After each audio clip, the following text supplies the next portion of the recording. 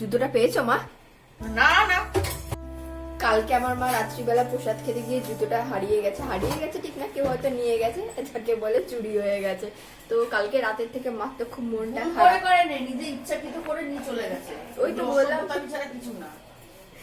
কালকে রাতে সারা রাত ধরে মা গজগজ করেছে, আমার জুতোটা কে নিয়েছে কে জানে। যা মাথা গরম হচ্ছে না কি বলবো। কষ্টের পয়সা, কষ্টের পয়সা থেকে মা আবার ওই জুতোটাকে খুব বলছে কি নতুন জুতো, আবার অজন্তার জুতো, সে বারবার করে বলছে আমার অজন্তার জুতো নিয়ে চলে গেল।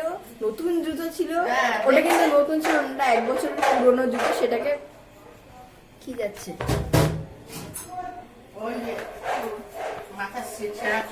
ও আচ্ছা আচ্ছা, আগে না এরকম বাজাতে বাজাতে বাদর নাচ করতে আসতো না, বাদর খেলা আসতো না, তাই দেখলাম যে বাদর খেলা নাকি বাদর খেলা না, চুল বিক্রি করছিল, কেউ যদি যদি চুল দিয়ে অনেকে বাসন কোসন রাখে না, সেরকমই এসছে। তো যাই হোক, যেটা বলছিলাম ওইটা কিন্তু 1 বছর আগের জুতো ছিল, সেটাকে আমার নতুন জুতো বলছে। মানে যাই হোক, আর কি বলবো, বলার কিছু নেই। আমি বললাম হ্যাঁ সেটাই, 1 বছর তো নতুনই জুতো। ঠিক মা ঠিক, আমি জানতাম না। তোমার তুমি এখন গিয়ে একবার কি সকালবেলা খুঁজে দেখেছিলে? হ্যাঁ, ও যে সকালবেলা চলে গেছে তখন তো আমাদের বাড়িতে আসলো না, এই পাশে রাস্তা, আমাদের বাড়িতে এই পাশে রাস্তায় ঢোকে। আমার মার কাণ্ড দেখো, মা আবার সকালবেলা গেছে ওই জুতোটা আছে কিনা, কালকে রাত্রিবেলাও কিন্তু তন্ন তন্ন করে খুঁজেছে, আবার সকালবেলা গিয়ে খুঁজেছে যদি পায়। ওটা কি আর পাওয়া যায়? ওখানে আমি চাল দিতে ও আচ্ছা আচ্ছা পয়সা দিতে আচ্ছা, চাল দিতে গিয়েও কি তুমি খোঁজো? বলো তো। হ্যাঁ আমি জানি তো, তোমাকে আমি চিনি। তো যাই হোক, আজকে হচ্ছে অনুষ্ঠানের শেষ দিন, একটু পরেই হবে হচ্ছে ভোগ আরতি, তখন আবার যাবো। আর আজকে সবাইকে ঢালাও খিচুড়ি খাবে না, মহাভোগ প্রসাদ আর কি, মহাপ্রসাদ আসতে হবে, খিচুড়ি হবে, আর ওখানে হবে ভোগ আরতি। সেটা হবে কটার সময়? 12টার দিকে হবে হয়তো।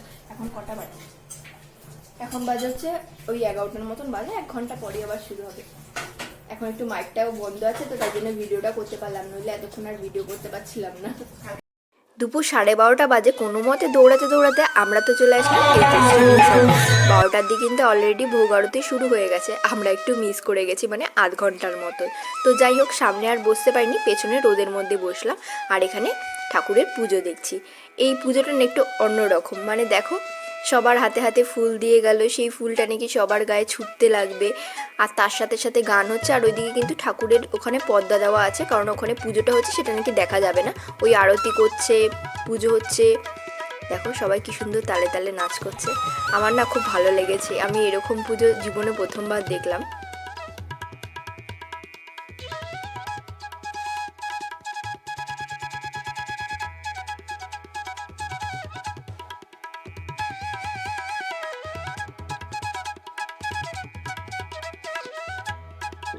এদিকে ভোগ আরতিরও পুজো সম্পূর্ণ হয়ে গেছে, এখন ঠাকুরের সামনে দিয়ে দেখো পর্দাও সরিয়ে দিয়েছে। তবে আমি চাইছিলাম একটু ঠাকুরের সামনে যেতে, তবে দেখা যাক এই ভিড় ঠেলে আমি যেতে পারি কিনা। আর এখন শান্তির জলও মাথায় ছিটিয়ে দিল। আর এখন দেখো দুজন যে গামলা নিয়ে নাচ করছে, এটা কি হবে জানো তো? এই দেখো বাতাসা লুট হচ্ছে, সবাই মানে কুড়িয়ে কুড়িয়ে বাতাসা তুলছে। আমার মাও করেছিল, আমার মা তো আবার আঁচল পেতে নিয়েছে, ওই যে আমার মা আঁচল পেতে বাতাসা নিচ্ছে।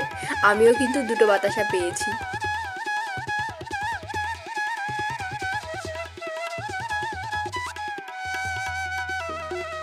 আর এবারে আমার আশা পূর্ণ হলো, আমি একদম ঠাকুরের সামনে এসে ঠাকুরের দর্শন করতে পারলাম। এবারে বসে পড়লাম, এখন দেবে হচ্ছে মহাপ্রসাদ। এই দেখো সবাই বসে পড়েছে, এক এক করে পাতা জল সব আসছে। তার আগে কিন্তু চরণামৃতও দিয়েছিল আর ফলও দিয়েছিল। এই যে মহাপ্রসাদে খিচুড়ি হবে, সবাইকে ঢালাও করে খিচুড়ি দেবে।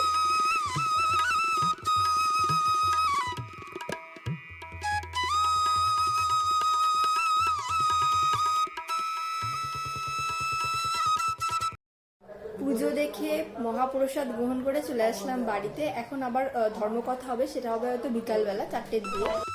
জানো তো আজ একটা মিরাক্কেল হয়ে গেছে, সেটা কি দাঁড়াও বলছি পুরোটা। আগে দেখো এই খিচুড়িটা। এখন হচ্ছে ঠাকুরের ধর্মকথা হচ্ছে, তো আমরা আর গেলাম না, প্রচন্ড ঠান্ডা বাইরে, তাই জন্য আর যাইনি। হ্যাঁ ঘর থেকেই শুনতে পাচ্ছি, তা ভাবলাম ঘরে বসে বসেই শুনি। আর ওইদিকে কি হয়েছে জানো তো, আমি না আজকে ভাবছি এটা মিরাক্কেলই জাস্ট বলা যায়। আমরা দুপুরবেলা ঠিক মতো প্রসাদ খেতে পারিনি, এত ভিড় ছিল, আর কেমন যেন শরীরটাও খুব খারাপ লাগছিল। তো একটা পাতার মধ্যে আমি আর মা একটুখানি খিচুড়ি নিয়েছি, প্রায় বলতে গেলে এইটুখানি পরিমাণটা, ওই একটুখানি খিচুড়ি দু গরসের মতন খেয়েছি আমি, আর মা একটুখানি খেয়েছে। আর এতটা গরম ছিল না, খেতেও পারিনি। কি হলো জানি না, 8 নৌকো, মানে 8 কড়াই বলে না ওটাকে, নৌকো বলছিল, ওটাকে কি বলে? নৌকো কড়াই মতন, কড়াইয়ের মতনই তো হয় নাকি, না গামলা? কড়াই করে নৌকার মধ্যে থাকে। ব্যাপারটা না, নৌকাটাকে গামলার মতনই তো বলবো জিনিসটা। ওই 8টা গামলা নাকি বড় বড়, যেটাকে নৌকা বলে আর কি। তো জলে ভাসার নৌকা না, কিন্তু ওটা হচ্ছে ওরকম বাসনটাকে নৌকা সবাই বাসন। জানে সেটা। তো যাই হোক, আবার বলে দিলাম আমি। তো ওরকম 8 নৌকা বেঁচেছে, তাই সবার বাড়ি বাড়ি ওদের এসে, বাসন সব ঠাকুরের বাসন। হ্যাঁ, তাই সবার বাড়ি বাড়ি এসে প্রসাদ দিয়ে গেছে। আমরাও এক বাটি প্রসাদ পেয়েছি। তো ওটা রাত্রিবেলা খেয়ে নেবো, তাই না মা? কি বলো? তখন আমি দুপুরবেলা এখন একটু খেয়ে নিয়েছি। মা আবার একটু আমি খেয়ে তো নিয়েছে। খিচুড়ির পাগল তো।